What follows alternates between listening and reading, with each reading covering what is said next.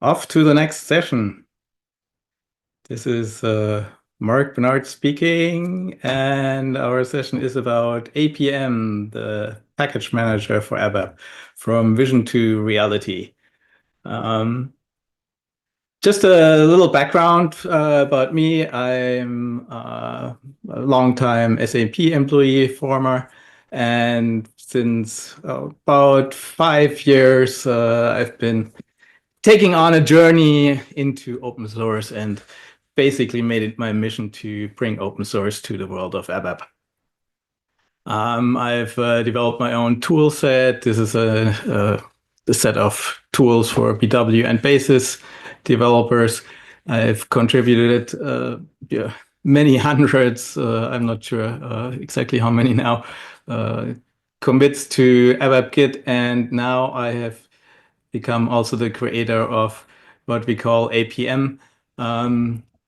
If I'm not contributing to SAP projects, some of them are ABAP. You can see here I'm very busy also on lots of other open source projects, adding, for example, little things here and there to that are mostly ABAP related, but adding them to other projects. For example, there's a to-do action in GitHub that automatically picks up to-dos in your ABAP code and will create an issue if it finds one in a pull request. The nice thing is if a future pull request takes the to-do out of the code, it automatically closes the issue. So those are some fun projects that I'm contributing to here and there. And more recently, I've gone into JavaScript and TypeScript development and contributed to Verdaccio and also in quite a few places to NPM, fixing bugs and making things a little bit nicer. Verdaccio is the open source registry that I'm using for APM. So we'll see a little bit about that later. Busy, busy, busy. But let's start with a little bit of a story time. So once upon a time, there was an ABAP developer, and yeah, she had a friend in a far, far away land, and she wanted to share some ABAP code with her friend. And yeah, that's how the whole thing started a long, long time ago. And various projects have appeared over time, from SAP Link to now ABAP Git, to somehow exchange code, you know, via open source, or other means, could be also in-house. And this is basically the thing that developers really love. You can collaborate with other developers on your own code. If you make it open source, you'll find some friends, some contributors. For example, I'm contributing to this Verdaccio project, which is basically a one-man show for many years, but has every now and then additional contributors. So I'm now working with the main guy who is actually living in Berlin, and I'm sitting in Canada, and we can work on the same project. So it brings you close together because you're also working on projects that both or the community cares about, right? You can also learn quite a bit from these projects. So the other thing is that with open source, you're just very flexible. You don't have a hard-coded software component that is takes lots of effort to bring changes to. You can immediately make suggestions to open source projects, and if they are accepted, then you can just install and download a new version. If you are not successful, but you still want it changed, you can just fork the project and keep going on your own track. So you can customize the solutions on top of it. And if it's a really good project, it provides means to enhance it in, for example, using plugins or extensions. that allow you to customize the project without making any code changes. Well, another point why it's so lovely to work with open source is that it's a great learning and upskilling opportunity. Once you're in a project, you're typically working with people who are absolute experts in their field, right? So if I'm working with this Vedatio project to create a registry for ABAP source code. This project has been around for several years, and when you work through this code, you see really things that you yourself probably wouldn't have come up with, and then you understand more and more how the whole solution works, and you learn maybe even a new programming language. I never was very good at JavaScript or TypeScript, but since I'm doing more web development in addition to ABAP, I'm really appreciating that I can study and work together with experts who do this every day for many, many years, more than I did. Furthermore, you'll find lots of nice and innovative projects that otherwise you wouldn't come across, right? It's just like coming across a really nice new movie that you like, and you want to watch it several times, the same movie, or you want to see a trailer and a second part to it. Cost is another factor for open source, usually very affordable. Many solutions are free as in beer, depending on the licensing. But it's also a bit of a challenge because if there's nobody paying for the solutions, then it's hard to find continuous maintenance and enhancements to the projects. Because people want to do it not just on their free time; they want to see some kind of feedback. So there's various different ways on how this licensing can work. So some make premium versions of their open source tools with additional features that you have to pay for. Others do it just with sponsoring or donations. But there's a big variety on how you can do that with open source. And finally, the quality is often quite extraordinary. The reason is that it's software that's used by people many, many times. So if you look at solutions like NPM or various modules that are used by NPM, let's say semantic versioning, these projects are downloaded millions of times a day and used throughout the world. So the only reason why that works is because it's very high quality software, often with test coverage in close to 100%, if not 100%, like it is, for example, with several of the NPM modules. So this is all good and nice. But in the world of ABAP, we are not quite there yet, I would say. We have several bigger projects going now. This is good, but there are a few things missing. Even if you take ABAP Git into consideration and lots of things that we can do with the projects around GitHub, there's the one thing missing, and that's a central source of packages. We have the .abap.org website.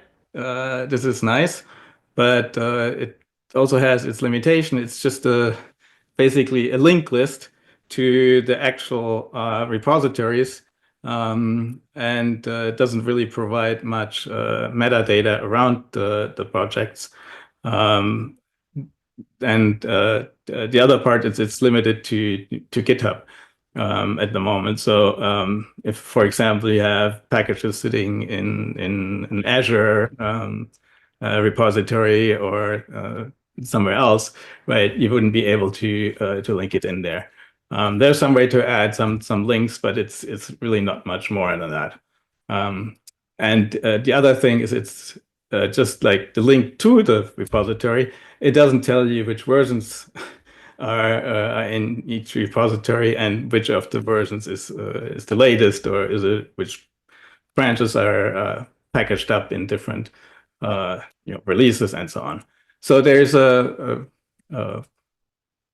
argument for having one central place where developers or maybe even companies publish their packages of ABAP applications or ABAP modules, so that everybody can find them.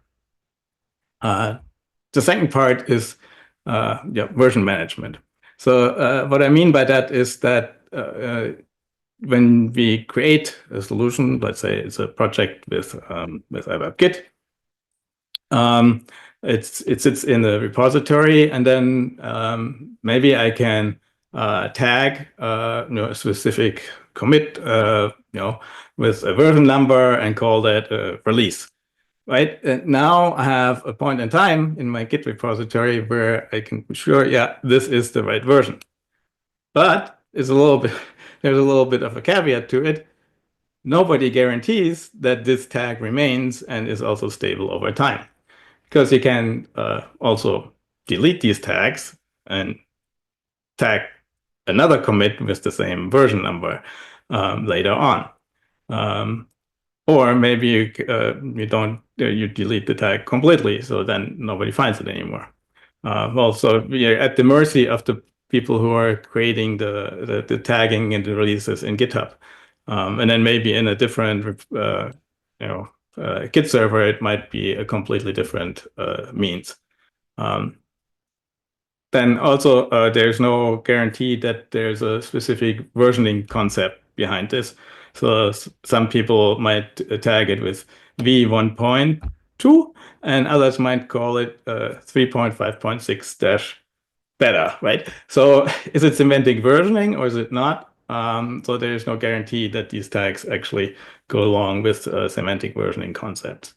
So we want to have this for all of the packages. That each package that we publish has a semantic version and follows that concept throughout its life cycle. So whether you start with 0.0.1 or 1.0.0, it doesn't really matter. You pick a version and you decide in which steps you increase it, but it's a continuously increasing versioning concept, so that you can be sure that when new versions are published, it's pretty clear that a higher semantic version is actually, there's an order to it compared to what it was before. All right. What other problems do we run into? Dependencies. Well, yes, I can, obviously create my solutions and, use other packages that I've found, let's say, on the internet, or somebody developed them in-house, and have some kind of dependencies on them from one to the other. But it can be different types of dependencies. Maybe it's just a development tool that helps me with processing my tests or generating test cases. Is this now a dependency that needs to be installed in production or not? Right? And how do I find out whether the dependency has an update? So if the dependency came from another repository, right now I'll have to actually go into that other repository, look, there is an update for it, and then figure out, does it actually work with mine or not? So these kind of relationships are quite important, and obviously the more packages that you have floating around, and the more complexity you have in your applications, the more these dependencies come into play. And this can be very simple if you just take a scenario within a bigger company with several systems, right? You develop one package in one development landscape, and then maybe it's an ERP, and then you want to use the same utility in your CRM system. But you build other things on top of it. So now you have an update to that package in ERP. You want to bring that also to CRM. And see, with the increased version, is that actually a faking change? Is it a change that works within our CRM environment? And not just test these dependencies, but also document them within the metadata of your packages. Which versions are compatible with the things that you're building on top of. There's quite a few different scenarios as well. I'll get into that a little bit later. Ease of use is another one. If you're using ABAP and other open source tools already for quite a bit, the question is it easy? Well, or can it be even easier? Because the question is, what do you actually want to do with the packages? Do you want to develop with them, right? and contribute to them? Do you want to do bug fixing? That's software version management, where you need Git, and obviously ABAP Git is the connection to these repositories. So you can see in different branches what are the differences between the various objects that you have in your repository and in your system, and then push and pull the things in the right direction as you work with them. But many times the use case is quite different. You find the package and you just want to use it in your system. You want to deploy it in your system in a specific version and then start building on top of it. You don't need to know, what has changed, how it has changed. It's completely irrelevant. You just want to go to, say, a central place and say, okay, I want to have this one, and install it in my system. And then maybe from there move it to a downstream system. So it's very much about the build process and how you build applications with different packages. That can be much easier, where you just with a single command line or click on a package name, bring it into your system. Basically, just like a transport from the outside. Collaborating and sharing. If we don't have that centralized place, how would you find out about new packages, right?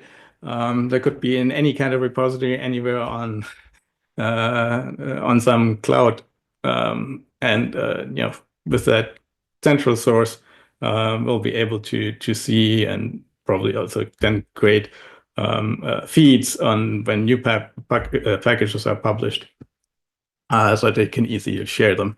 Plus, you get, of course, a link to them that you can share and send via email. Say, hey, I found this package here in the registry.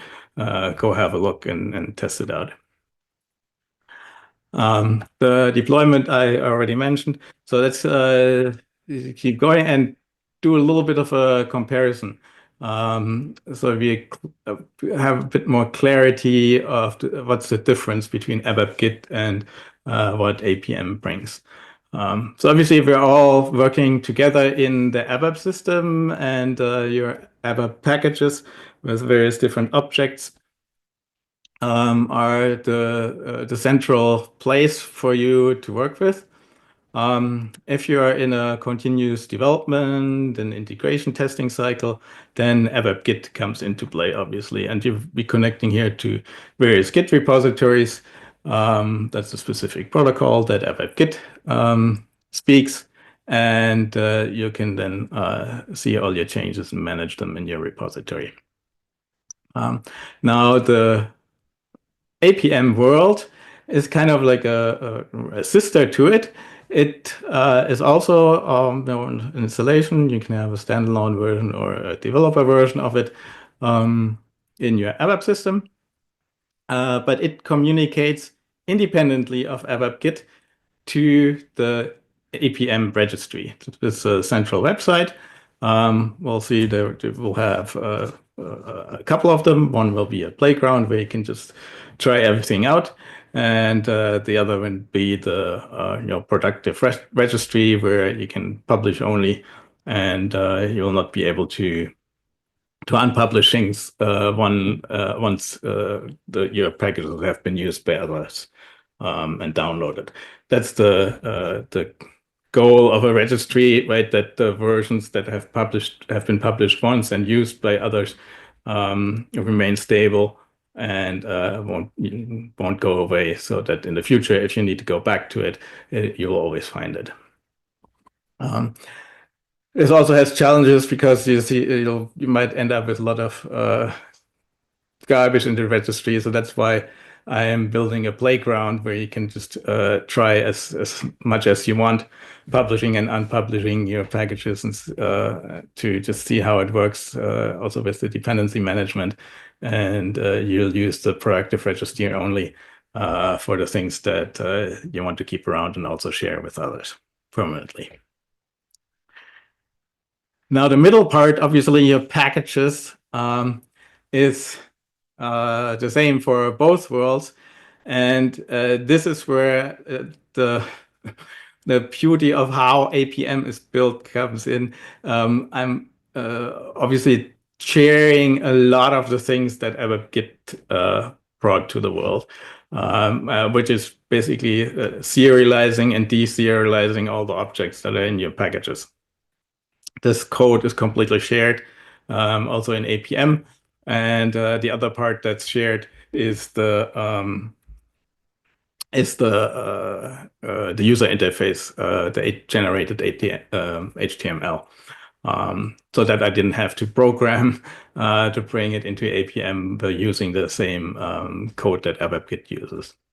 So APM, 3 parts: the package manager, that's the client, a general website where we'll have the sign up and account management, blogs, documentation, and so on, and then the public registry where all the packages are listed.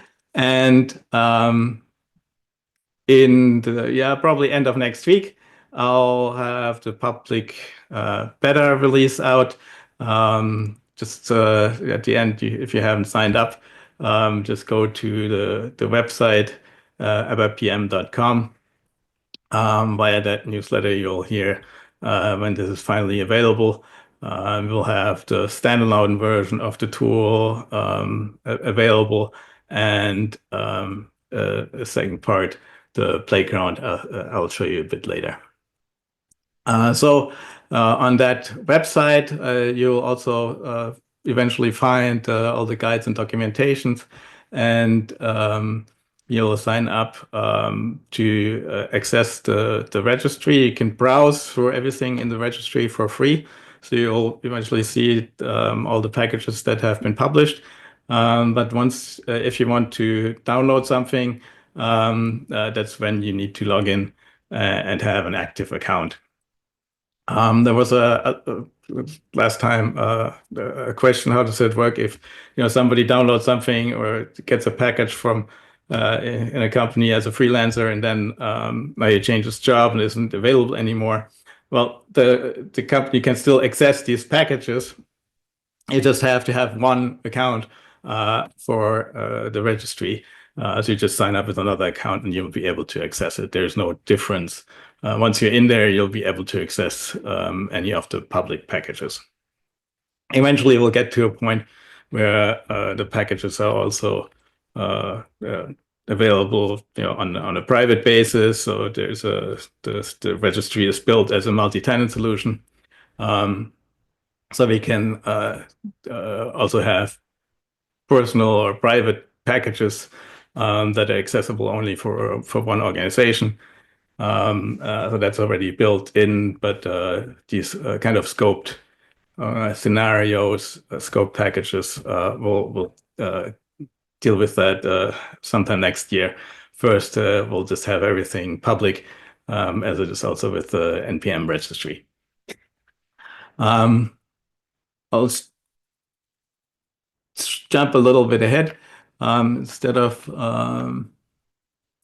showing you where's my browser? Yeah. The screenshots, I can show you the live website. So this is the playground. If you go to playground.abapcm.com, you will get access to that site.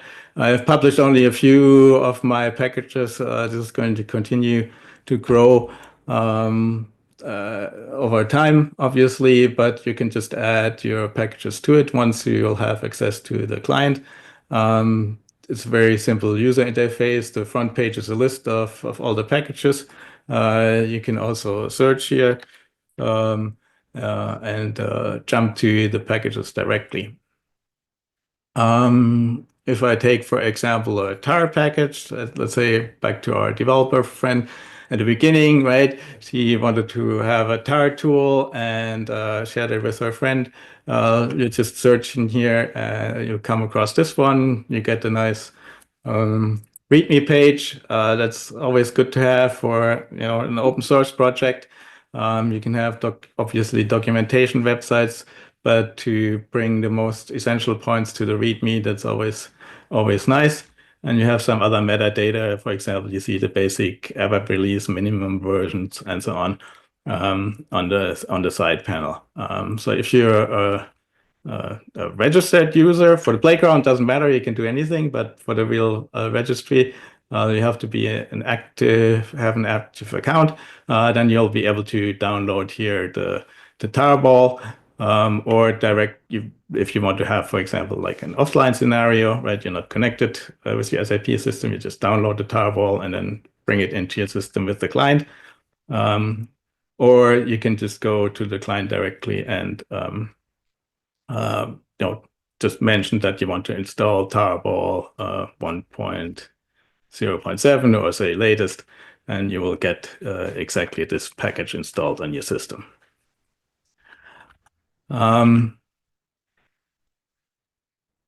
So this playground, as I said, will come together with the standalone version of the client, and we'll see that before Christmas.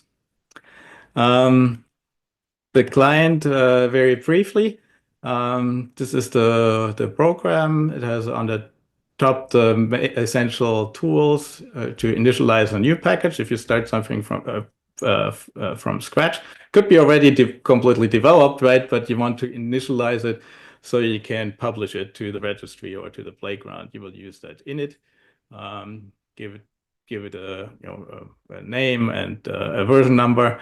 And it's always linked to one of the SAP packages. You can install from the registry packages. And if that's the case, you have to say what is the target, which name and version do you want to install, or do you want to install only the dependencies of the package. And the other way around, to bring something that you developed or something that you enhanced, maybe you updated something, added a version to it, increased the version, patched it. You would just publish it here to the registry with this dialog. There's a few other things, of course, you can uninstall things and go through it. If you click on these things, you see the same README, right? I pulled this package from the registry. You see the same README directly in your system. But you have a few other things. You can see the dependencies. So here you see there's a little package as dependencies. You can see the detailed manifest and the different type of dependencies. So I'll leave that for you to play around once you get your hands on it. Just a very brief time about the versioning. I mentioned that. It's always semantic, so you have major, minor, and patch for everything, and dependencies are specified in so-called ranges. If you're not familiar with that, go to the node-semware repository or README that has a lot of examples on how they work. Just different syntax to it. We'll use exactly the same thing here for APN. Different types of dependencies. There's 4 altogether. if you mention something as a dependent in dependencies, that is something that your project absolutely requires, is necessary. If it's not installed, your solution is not going to work, right? So it's if you install something, it's this package that's mentioned in the dependencies will be pulled from the registry in a proper version, and installed together with your package. If you mention something under dev dependency, it means that it's not necessary for production or testing. This is usually developer tools, linting, checking, testing, all of these categories. So it's side things that don't impact your productive running code.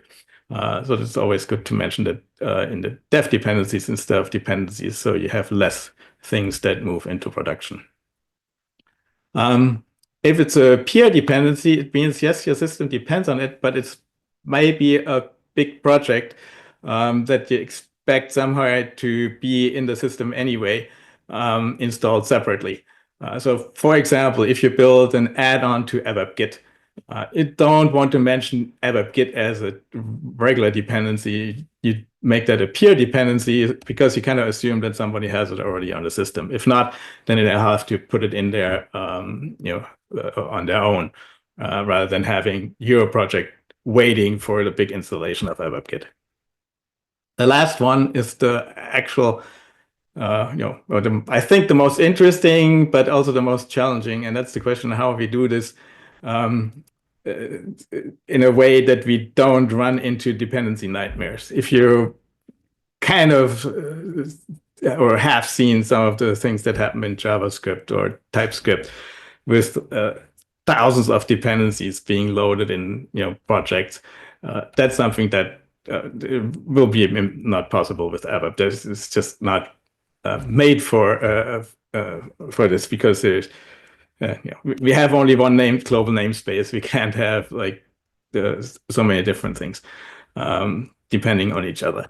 But I think I came up with something that's kind of called the bundle dependencies. So it's one of your regular dependencies. But instead of having it installed separately as in this global namespace,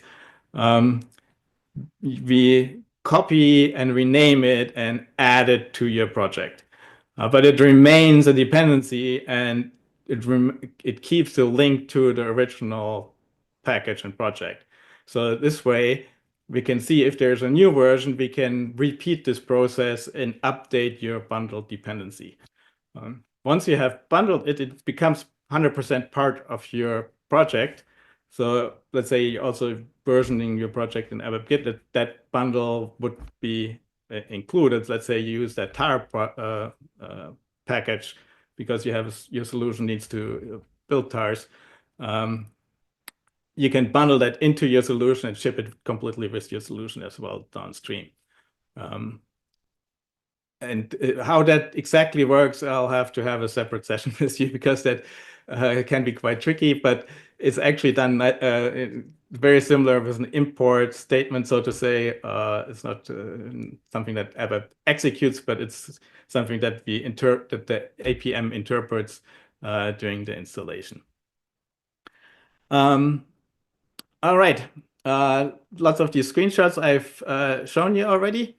So I think we're also almost all out of time. Please do sign up. Go to the ABAPPM.com website. You can also watch some of the earlier presentations from I did one that compares ABAP and APM a little bit more on how they work together. Not too long ago at ABAPConf South Africa. You can find those on the website as well, and that's where you sign up for the newsletter, and you'll get firsthand knowledge of when the playground and standalone version will become available. And finally, something not related to APM, but to make it really interesting for you. So the more people who are going to sign up for for APM and eventually become active users, I will release more and more of the goodies that I've developed for ABAP Git. So if you're a fan of ABAP Git, um, I've over time developed quite a few extensions. You see here, the only thing that's kind of public is the ABAP lint extension, but I have a newer version of it. There's some really nice things. For example, I have done a full text search. It's the fastest search you'll ever see in an ABAP system. Um, doesn't need any HANA indexes, but you can find in a few seconds anything that's in a Git repository. And lots of other nice things. So if you, I'll see how that scales, but I would think like every, few dozen or 100 users, I'll release one of these extensions to the public as an additional goodie for signing up for APM. All right. The previous talks I mentioned, I'll add this one once it's available online as well. And hopefully I'll see you sometime on APM with some published packages. And then you can also download packages that others have published for you. Here's my links if you want to get in touch with me. Now, sign up on Blue Sky. The other thing that has the 1X letter that's no more good. The whole SAP community is shifting over to Blue Sky. Hope to see you there too soon. And we can exchange some ideas about APM there as well. Thanks very much, friends of ABAP, and have a great Christmas season if I don't talk to you anymore. Bye-bye. Thank you.